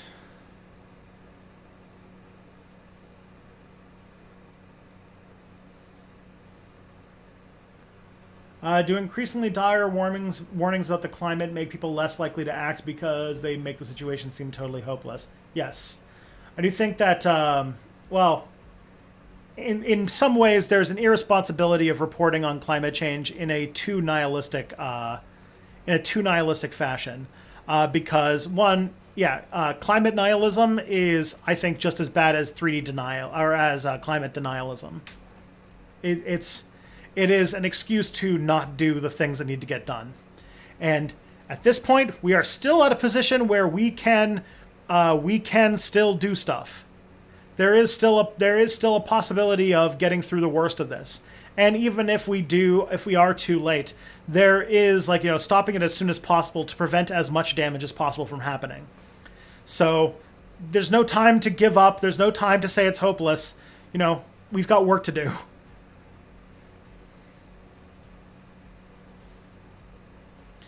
What's the difference between a federation and a confederation anyway? Federation is a bunch of different people coming together and unifying under a single government.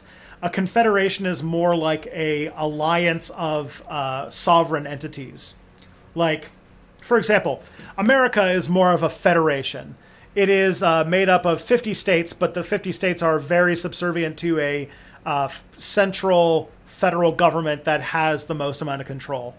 Canada is a confederation. It has 10 provinces and 3 territories that the provinces themselves are, in like 99% of things, self-governing.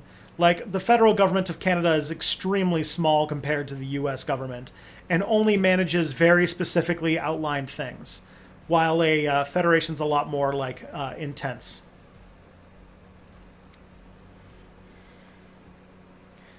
What's the story behind this picture of you with soy in the background? So that's the so this picture here. I have a question. Does anyone have any guesses as what this is? Before I explain it. So I did take this picture. It's a selfie, and I took it because I thought it was funny. Can anyone guess where I am and what I'm doing, and with who? Because I will say I'm somewhere fun with a famous YouTuber.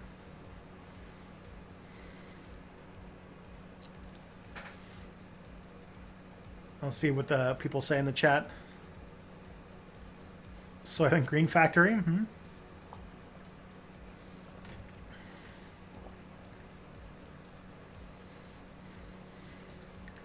Something in Spanish, no.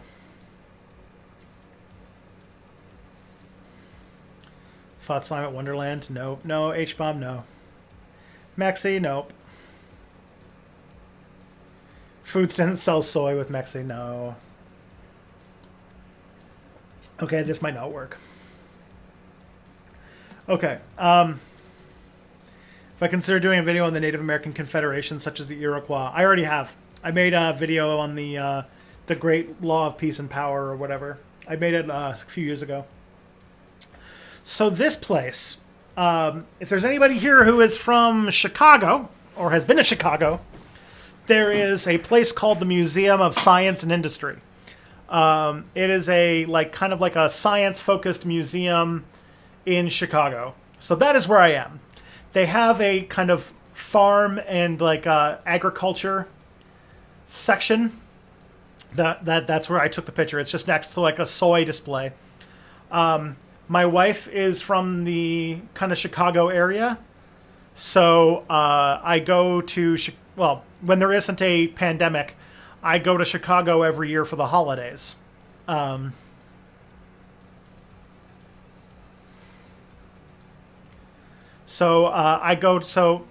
another thing that I do is that I have some, just so happens that a few of my friends who are also YouTubers either live around Chicago or they also go to Chicago around the holidays and we try to coordinate something. Oh, somebody got it. There, we got it. How did you do that? Yes. Sci-Fi Anarchist and Serena Warrior Gamer, you are both correct. I was with Mr. Beat. I went to Mr. Beat. His sister-in-law lives in Chicago, and so Mr. Beat goes to Chicago. Every so often he'll be in Chicago around the same time that we are because it's around the holidays.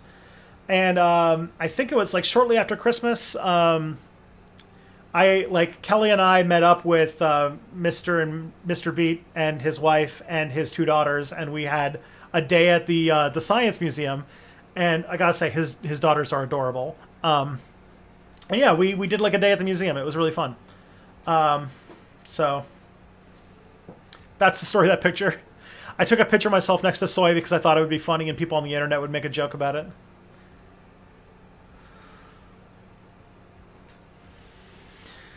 Yeah.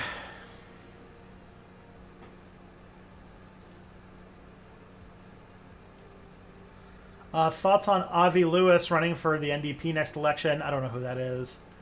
Or no. Avi Lewis, is that the person who ran for leader of the Green Party? So I know there was a pretty based guy running for leader of the Green Party, but it might not be him. Counterspin. Yeah, I don't know this guy. Sorry. I don't even think Matt Lipton's here anyway, so.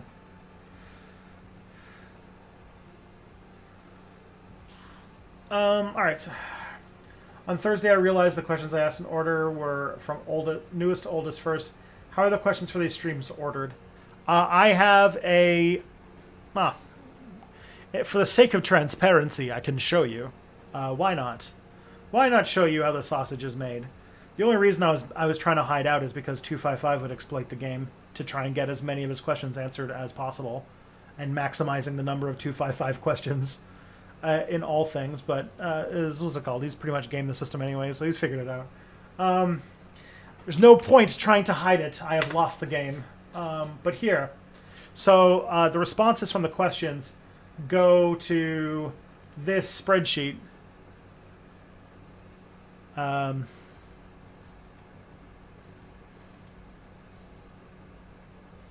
So these are the questions that are currently in the system. So what I do is when I get your questions submitted, I add them to this. Questions here, name is here, and then I put a date that is 1 month after the date that they were submitted. They get a random number, and then you get a user code. It starts off at 1, and every time I answer one of your questions, it gets added, and then it gets reset when I run out of questions from you. And then, yeah, you indicate whether you want it on the Monday Discourse or a Step Back Tonight. So when I go to, like, say, the next, Monday Discourse, I will sort by random, and then I will sort by expiry dates, and then I'll sort by user code, and then I'll sort by this. And now I have kind of the rough, order that I'm going to answer the questions. And that's basically how I do it. That's like how I organize my questions. So it's kind of a jumble. So if you have a 2-part question where part 1 and part 2 need to be in order in some capacity, I would highly recommend just not doing that and just kind of going with just sort of putting it all in one thing.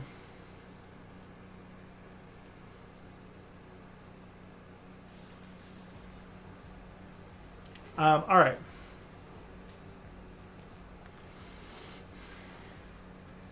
So that. There's a lot of historical work on how the Roman economy worked. By contrast, when I tried to find information about how the Parthian economy worked, basically couldn't find anything even though they both existed at the same time. Do you think that's because ancient historians and classicists are just less interested in studying ancient societies outside of Europe? Yeah, that's exactly it. Yeah, there's like way more literature done on Rome than like, say, yeah, the Parthians or whatever. I don't know if there's a case that like the Parthians had... like didn't have written language, but I assume they probably did in a decent capacity. So yeah.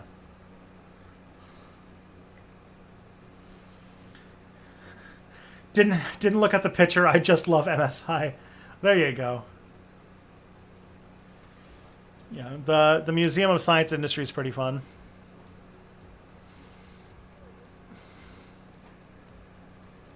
I've been there now a few times. Now that I end up in Chicago like once a year.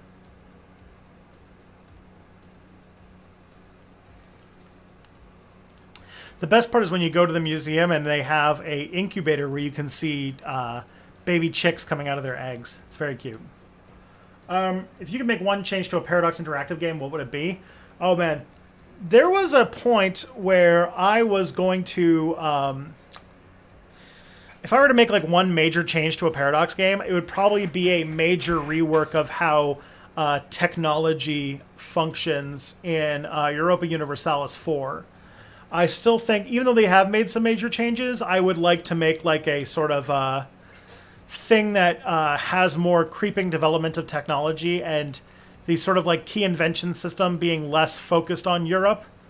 Like, for example, like the printing press is one of them, where like the printing press was invented in China like 1,000 years before the start of EU4. So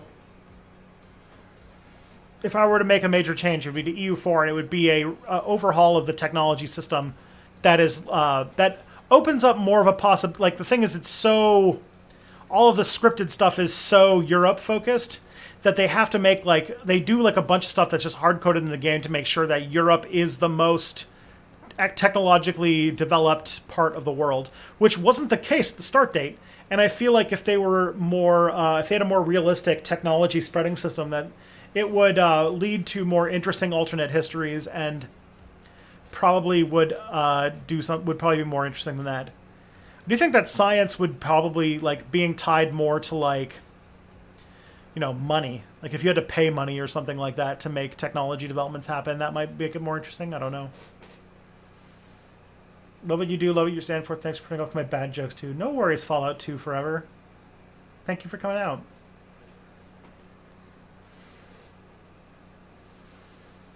There, what the Persian Empire was called in Roman times. That makes sense. Yeah, they probably had a pretty developed written language then.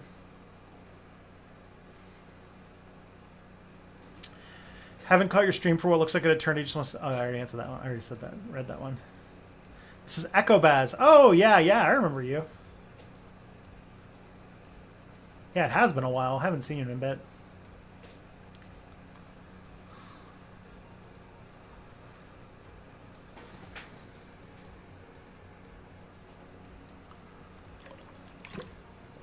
God, look, I made like almost like the exact right amount of content to cover a 2-hour stream. Pretty happy about that. What do we got last? Do you think Americans will ever have a healthy conversation on gun laws? Maybe. America used to have a much more healthy approach to guns before, like, before the NRA kind of like really poisoned the thing. If American politics could ever move away from like explicit political interest groups that have a lot of money intentionally astroturfing a lot of indignity and rage, especially on the right, to push for to make sure that their industry keeps getting lots of money, which like the NRA is one of them, then yeah, I think they could have a more rational discussion. If like the NRA was just like destroyed and we could have like maybe a few decades out from that, then I think that a lot of the culture wars about gun stuff would be a lot less intense.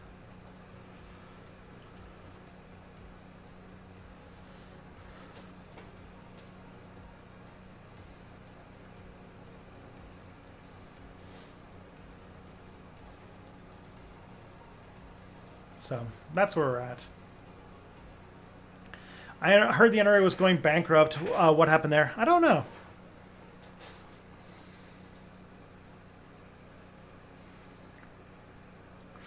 But yeah, didn't the NRA get like, yeah, the NRA was pretty normal in the 60s. And then in like the 70s or the 80s or whatever, they got a leader who came from like the tobacco lobbyist industry, and it completely changed the way that they approach things.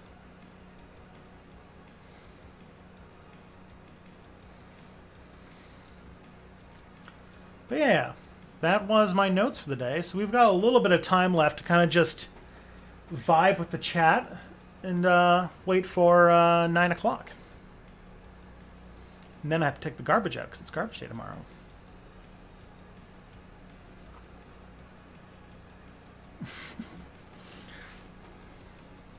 Isn't life fun?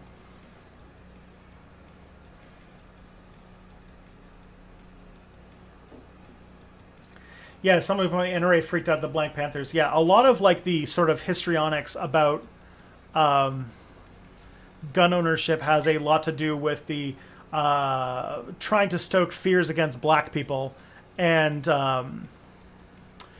trying to find a state of affairs in which white people can have guns but black people can't. I remember I had a professor that once said, like, if you want the right to get on board with gun control really fast, you could just get like all of the gay people, like get all of the gays and all of the black people, just get them all to buy weapons like on the same day. And like if all the gay people start buying guns and all the black people start buying guns, then the right is going to want to shut that shit down real fast.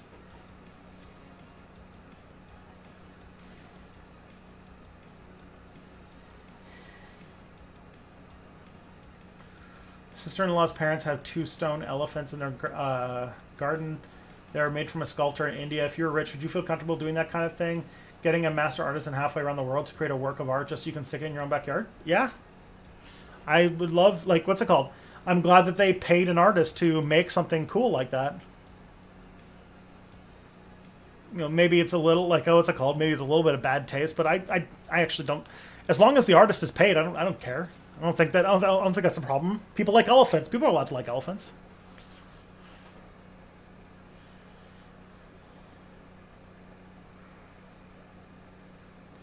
Do you see yourself stop eating meat and dairy at some point in your life? What's your opinion on animal rights? Oh, man. How much time you got? I have been vegetarian several times. I have attempted to become vegan several times. There's very strong part of me that has wanted to, stop eating animal stuff for off and on for basically my entire adult life. The main things that come up as problems is that I am weak-willed. I have impulse control issues, but also like it's always a big imposition on anybody who I live with. My wife doesn't want to be a vegan, and if I became a vegan, it would be a huge pain in the ass for her. So I'm not. And also, I don't like. I do think that like a lot of the changes that are coming down the pike are going to make it so that there will be very easy ways to not eat meat that is still, or not eat animal products that is still, that still doesn't change your quality of life in a significant way. Like I think that like given like the last couple years that someone said really good substitutes are probably going to be the thing that really turn me over. Like once we get like either lab or vat grown meat or whatever you want to call it, clean meat, I think somebody would say it was their marketing is going to be calling it. There's like once that starts to take off, or like maybe like I think Beyond Meat is starting to turn to like chicken nuggets and stuff like that. Like if that stuff can all work, then yeah, I can see a point in the not too distant future where like it's just not viable for me to eat meat. Meat's getting expensive anyway, so I can see that being a thing that I do when that kind of substitute comes around. And honestly, I think that the only way that we're really going to end like the horrible things we do to animals is when that happens. Is when we make substitutes for it that are either very good substitutes for the same thing, or they are the same thing. They're just not made through animal cruelty.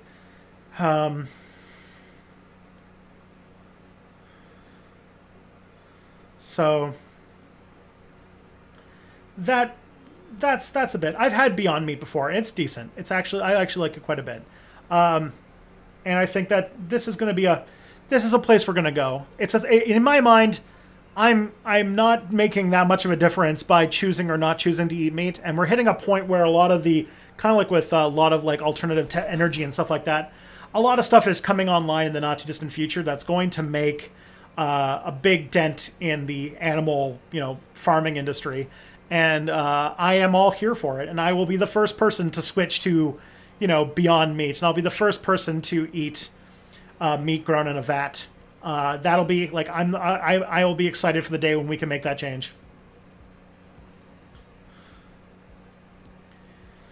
Why does the world in the book end up like half a century behind us technologically? Our world and this progressive similarity into the 19th century, like steamships, start to become common around the 1830s, but then the 20th century they seem to fall finally behind us. Like they're just discovering nukes in the world year 2002. Yeah, I don't know why. I don't think it'd be correct.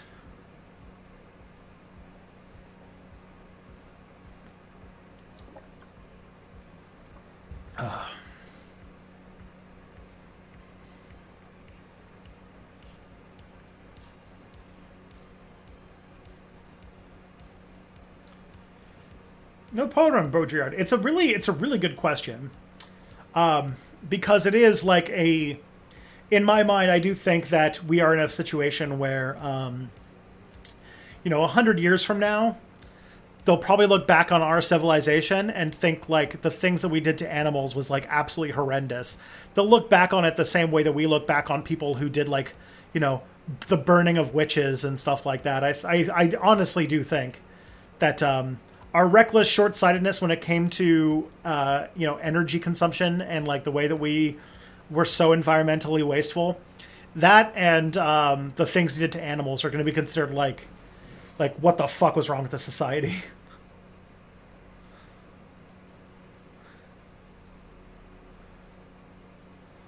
So there's that.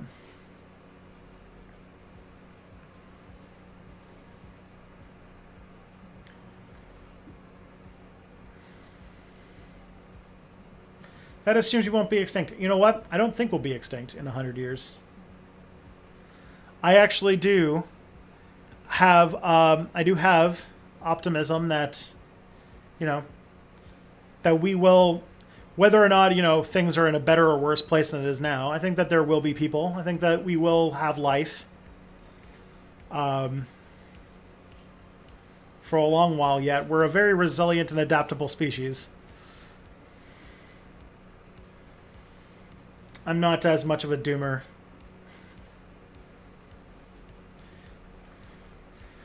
Like,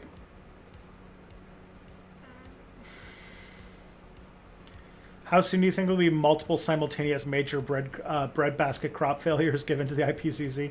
I don't know. Would I look like a farmer? I don't have an answer to that question.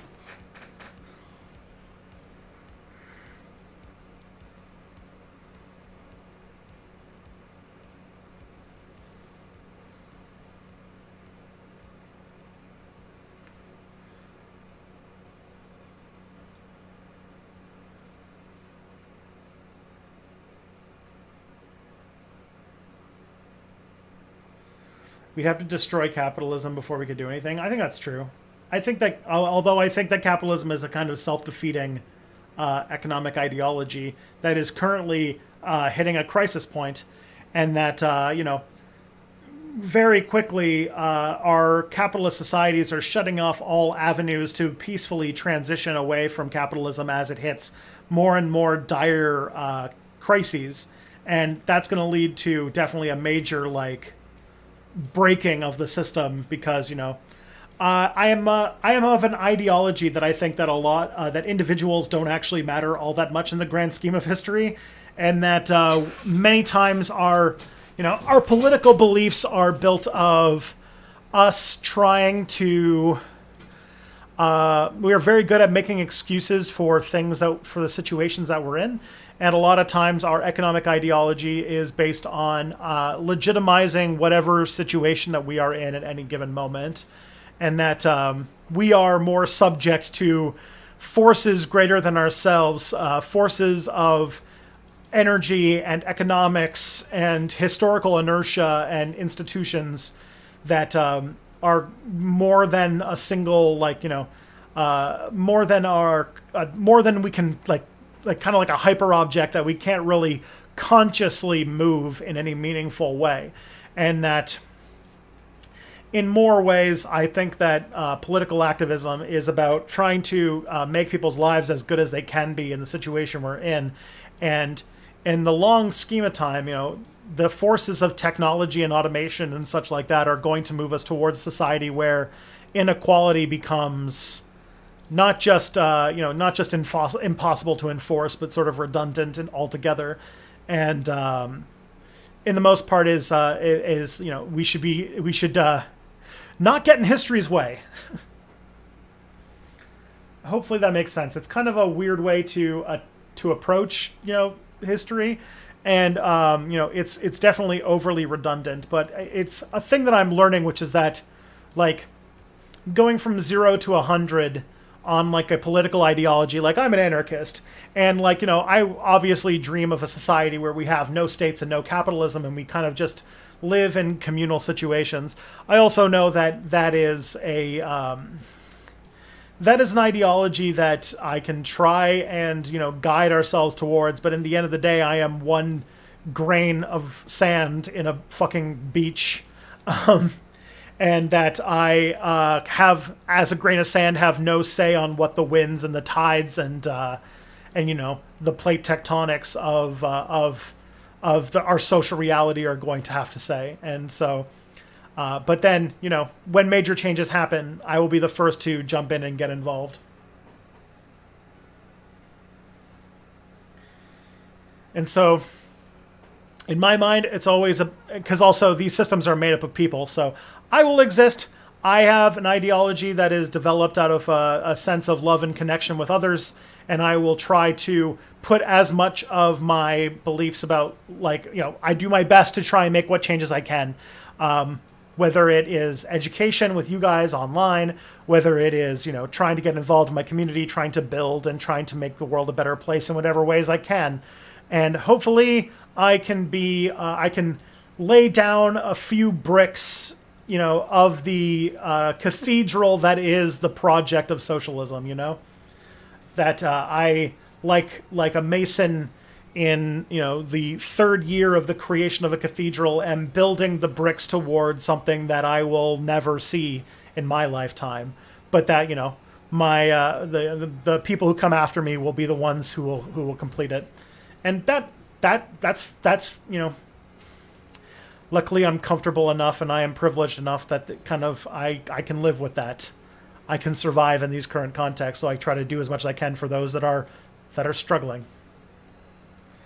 You're filibustering until the stream ends? Well, I thought it was a good way to talk. It was a good point to finish the stream on, so I thought I would make it stronger. But yeah, we are at 9 o'clock. It is the end of the stream. I don't think I was filibustering. I think I was saying something of some value. Yeah? No? All right. So, let's see. Let us raid somebody. Ooh, let's raid Lumiru. We haven't done that in a hot minute. So, everybody, this has been a real time. You guys have been great. Take care of yourselves. Take care of each other. I'll be back on Monday. Yeah. Be good.